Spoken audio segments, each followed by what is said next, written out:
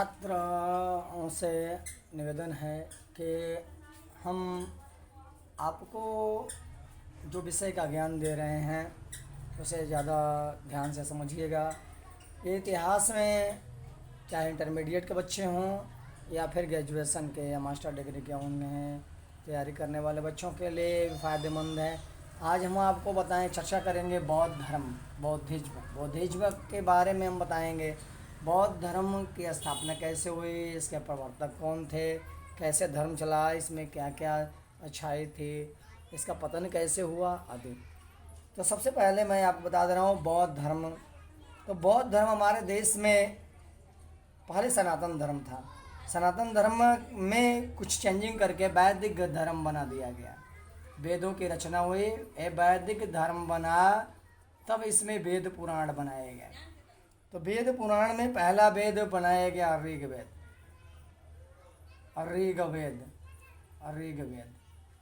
उसके बाद यजुर्वेद, सामवेद और अथर्ववेद की रचना हुई।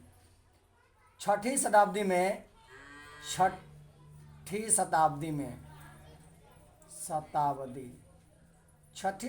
से पहले और छठी शताब्दी में भी वे वैदिक धर्म इतना हावी था, जनता कर्मकांड पुरोहितों से बहुत परेशान हो गई थी।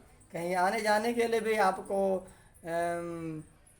साइट दिखवाना आदि बहुत सारी चीज़ें, इसमें हर कर्मकांड को कराना अनिवार्य था, जिससे जनता लाचार हो गई, परेशान हो गई। तब जाकर इसमें बहुत सारी जातियां भी बन चुकी थी। जब जनता त्रस्त हो गई तो बौद्ध धर्म की स्थापना गौतम बुद्ध ने की। बाह्य आडंबरों को दूर करने के लिए जब जनता कर्मकांडों से परेशानों को मुक्ति पानी चाहे, तो उस समय महात्मा बुद्ध ने ये अपनी शिक्षा देकर छठी शताब्दी ईस्वी पूर्व में बौद्ध धर्म की स्थापना की और लोगों को तब जाकर लोगों ने चैन की सांस ली। गौतम बुद्ध का जन्म 563 ईस्वी पूर्व कपिलवस्तु के लुम्बिनी ग्राम के आमर कुंज में हुआ था। इनके पिता सुदोधन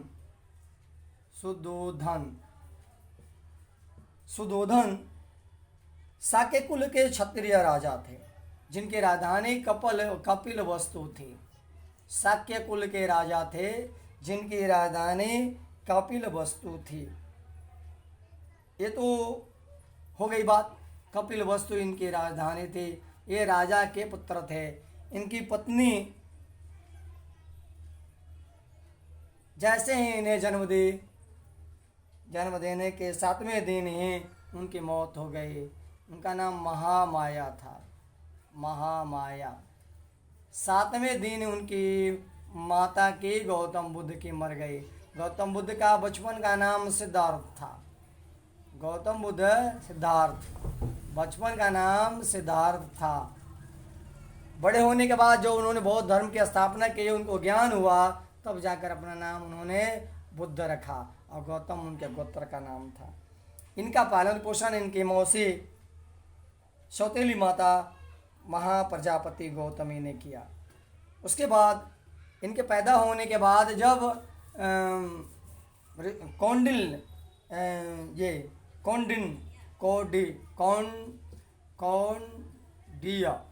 ये ब्राह्मण थे, कौंडिय ब्राह्मण। इन्होंने जब, और एक कालदेव ब्राह्मण थे, इन्होंने जब देखा, इनका साहित्य देखा बच्चा पैदा होने के बाद देव, तो उन्होंने बताया, भविष्यवाणी की कि राजा या तो चक्रवर्ती राजा बनेगा या सन्यासी बनेगा। गौतम बुद्ध बचपन से ही चिंतनशील थे, जम्बू के वृक्ष के नीचे बैठ जाते थे। इनके पिता इनसे परेशान होकर उन्होंने उनका विवाह 16 वर्ष की आयु की अपने पड़ोस के राज्य कोलियगढ़ की सुंदरी भद्रा कात्यायनी जिसे यशोधरा गोपा या बिंबा के नाम से भी कहीं कहीं जाना जाता है, बिंबा से कर दी। इन्हें एक पुत्र पैदा हुआ जिसका नाम उन्होंने राहुल रखा। इसका अर्थ है राहु यानी घसने वाला। यानी गौतम बुद्ध ने ही यह नाम रखा। उसके बाद उनका वैवाहिक जीवन हमेशा चिंतन मनन में ही बीतता था। अंत में उन्हें घर से बाहर जाने की भी इजाज़त नहीं थी। लेकिन एक दिन जब उन्हें घर से बाहर जाने की इच्छा व्यक्त की तो राजा ने घर को पूरी तरह से प्लस गली सड़क को वहाँ ऐसा आदेश जारी कर दी, कोई भी बीमार व्यक्ति बूढ़ा ये सड़क पे नहीं आएगा। लेकिन अचानक जब उन्होंने कहा कि नहीं मैं घर से बाहर जाऊंगा, तो उन्होंने 4 दृश्य देखा। इनके जीवन में इन 4 दृश्यों का बहुत ही अमूल्य योगदान है। पहला उन्होंने देखा एक जर्जर व्यक्ति, जर्जर शरीर वाला व्यक्ति जिसका शरीर जर्जर बूढ़ा हो गया था। दूसरा उन्होंने देखा एक रोगग्रस्त व्यक्ति,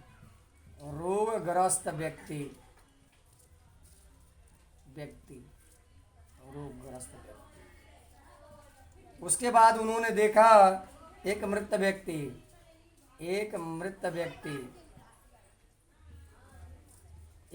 व्यक्ति उन्होंने देखा। उसके बाद उन्होंने एक सन्यासी देखा,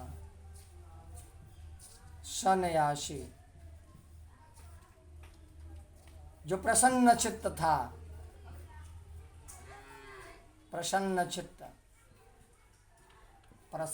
उन्होंने एक सन्यासी को देखा।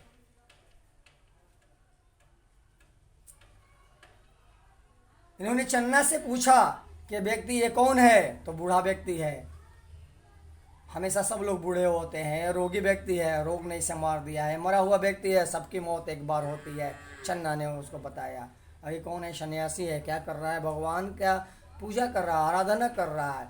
उन्हें यही सही लगा। उन्हें जब यही सही लगा तो उन्होंने सोच लिया कि मुझे भी सन्यासी बनना है, और एक दिन अपने पत्नी और बच्चों को छोड़कर निकल गए शांति की खोज में। उनकी भेंट 5 ब्राह्मण साथियों से हुई। कौंडिल्य, बप्पा, भादिया, महानामा, अशागी। इससे पहले उन्होंने कई जगह रामपुत्र देवगुरु, कमाल गुरु, रुद्रक रामपुत्र के यहाँ जाकर उन्होंने दीक्षा लेने की कोशिश की, लेकिन उन्हें कुछ नहीं समझ में आया। ये 5 ब्राह्मण साथियों के साथ यानी कठोर तपस्या शुरू कर दी, लेकिन कठोर तपस्या ने भी उन्हें डिगा नहीं पाई और न ही उन्हें ज्ञान की प्राप्ति हुई। वो मायूस हो गए और त्यागी और सुजाता नामक कन्या के हाथों भोजन कर उन्होंने प्राण अपना त्याग दिया, यानी अपनी तपस्या त्याग दी। क्योंकि बीड़ा के तार को, उनका मानना था कि बीड़ा के तार को इतना मत कसो कि उससे वो टूट जाए, इतना मत ढीला करो कि वो आवाज़ न निकाले। उन्होंने मध्यम मार्ग अपनाया। वहाँ के बाद वो फिर वहाँ से नदी पार कर वैशाख पूर्णिमा के दिन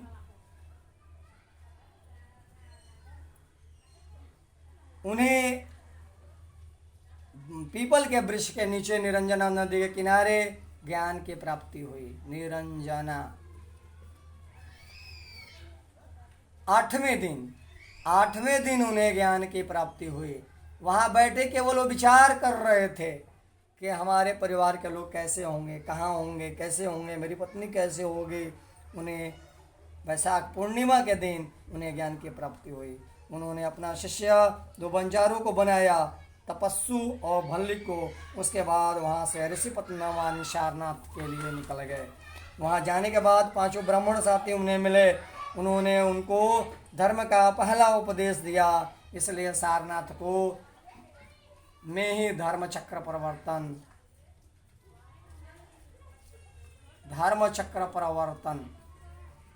सारनाथ में ही हुआ। और आज यहाँ भी एक बौद्ध स्तूप है। बौद्ध स्तूप भारत में अशोक ने ही 80,000 बौद्ध स्तूप बनवाया था। बहुत सारे बौद्ध स्तूप हैं। सांची का बौद्ध स्तूप सबसे महत्वपूर्ण है। उसके बाद राजगीर में भी विश्व शांति स्तूप, गया में भी है, बनारस के सारनाथ में भी है। इनकी मौत पावापुरी में चुंद नामक सुनार के घन भोजन ग्रहण करने के बाद उनको पेचिश हुए और 483 ईस्वी पूर्व 80 वर्ष की आयु में 80 वर्ष की आयु में इनका महापरिनिर्वाण हो गया। इनके अवशेषों को 8 भागों में बांटकर और इन पे स्तूप बनाए गए। अब हम चलते हैं आपको बौद्ध धर्म की शिक्षा, दीक्षा, नियम। बौद्ध मत के अनुसार 4 आर्य सत्य हैं। 4 आर्य सत्य, आर्य सत्य, 4 आर्य सत्य। पहला है दुख। दुख दुख संसार में आता है। जन्म लेने के बाद दुख आ जाएगा, वृद्धावस्था तक चलेगा, मरने के बाद दुख खत्म हो जाएगा। दूसरा नंबर है दुख समुदाय। दुख समुदाय, दुख समुदाय, दुख समुदाय का आशय है कोई न कोई कारण से दुख आते रहेंगे और मनुष्य बार बार जन्म लेता रहेगा और यही उसका तृष्णा, मनुष्य की यही तृष्णा उसका दुख का कारण बनेगी। 3 नंबर दुख निरोध। दुख निरोध। गौतम बुद्ध ने तृष्णा का परित्याग करना है दुख मार्ग, अनिरोध का मार्ग बताया। तृष्णा को छोड़ दीजिए, दुख का मार्ग मिल जाएगा। उन्होंने इसके लिए अष्टांगिक मार्ग की स्थापना की। अष्टांगिक, दुख छोड़ने के लिए, दुख न आए इसके लिए अष्टांगिक मार्ग उन्होंने बनाया। पहला है सम्यक दृष्टि। सम्यक दृष्टि का अर्थ है 4 आर्य सत्यों की परख करना। दूसरा सम्यक वाणी, धर्म सम्मत मृदु वाणी बोलना। तीसरा सम्यक संकल्प। सम्यक संकल्प यानी भौतिक वस्तुओं दुर्भावना का त्याग। सम्यक कर्म, सत्कर्म करना, सत्कर्म करना। उसके बाद सम्यक आजीव, मतलब ऐसा जीवन जीना जिससे किसी को परेशानी न हो। सम्यक आजीव यानी किसी को तकलीफ न हो, दुख न हो। उसके बाद सम्यक आजीव के बाद सम्यक स्मृति, मतलब अपने विवेक से, अपने मन कर्म वचन से सभी के प्रति सचेत रहना, सभी के प्रति सचेत रहना। उसके बाद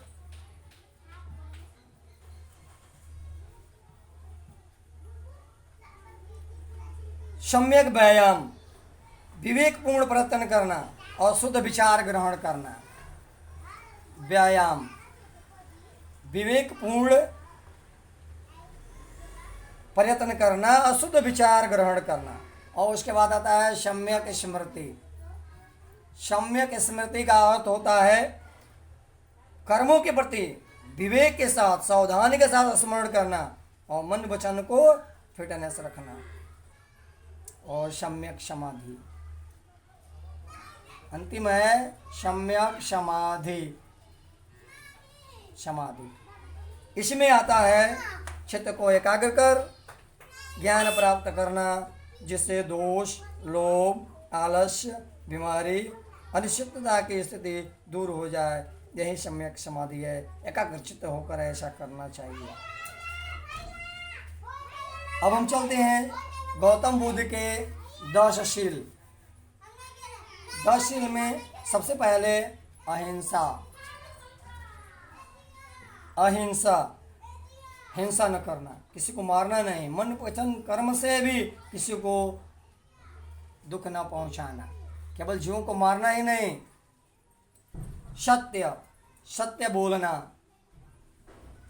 अस्तेय, सत्य बोलना सबसे बड़ी बात है। अस्तेय, चोरी न करना।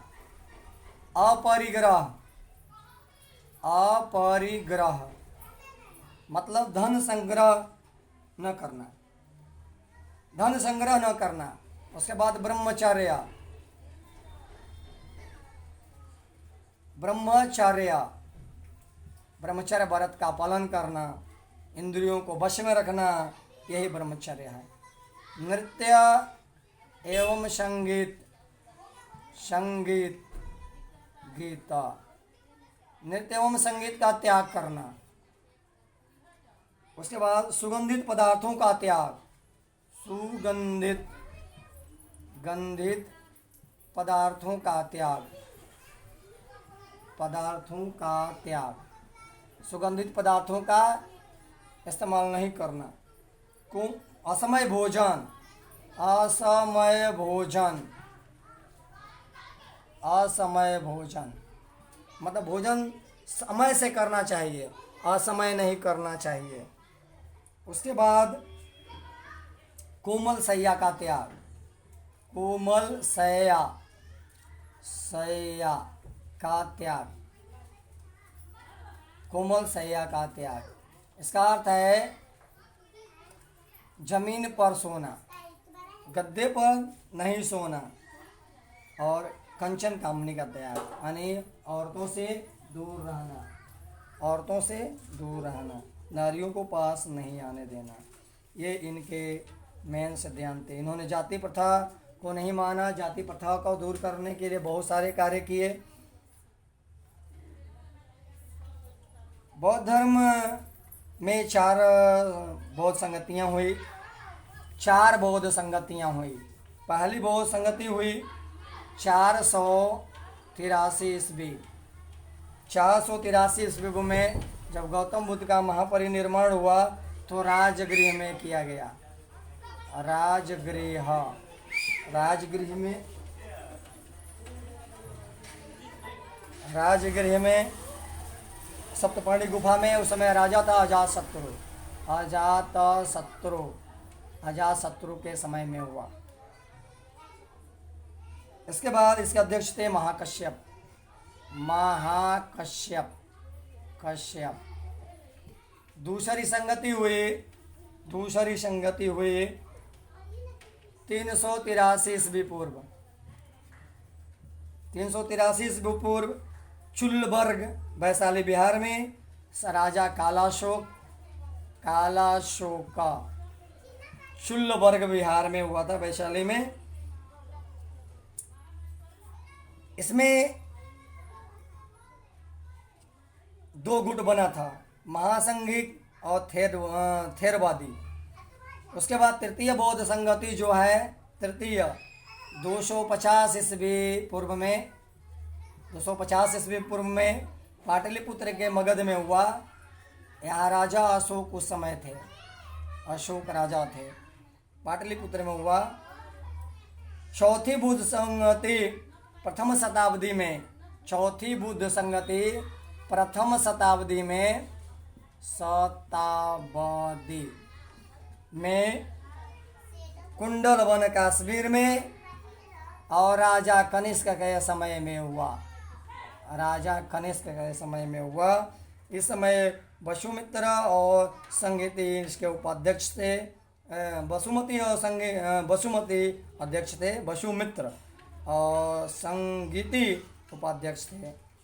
इस तरह से बौद्ध धर्म में पतन के मुख्य कारण थे बौद्ध धर्म का।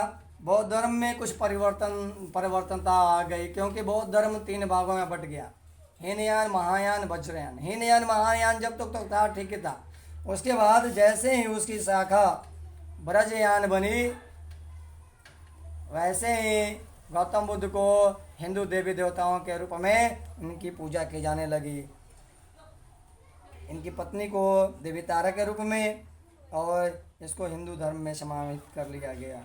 उसके बाद इसका पतन शुरू हो गया, हिंदू धर्म में सुधार हो गया। उसके बाद राजकीय संरक्षण भी खत्म हो गया और विदेशी आक्रमणकारियों ने बौद्ध विहारों को नष्ट कर दिया। इस तरह से गौतम बुद्ध के बौद्ध धर्म का पतन हो गया। बौद्ध संप्रदाय में त्रिपिटक का बहुत ही महत्वपूर्ण बात हम बता दें। त्रिपिटक का तो होता है 3 टोकरियाँ। त्रिपिटक में 3 पुस्तक को रखा गया है। 3 पुस्तक।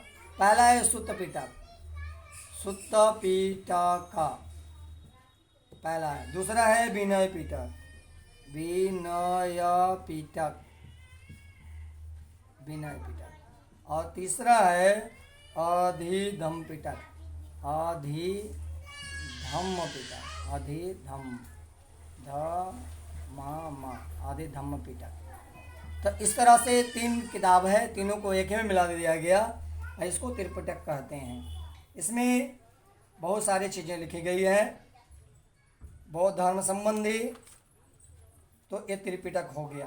तो ये मेन किताब है। इसके बाद स्तूप जो थे, बौद्ध धर्म के जो स्तूप बनाए गए, स्तूप को 4 भाग में बांटा गया। 4 प्रकार के स्तूप होते हैं, 4 प्रकार से स्तूपों की रचना होती थी।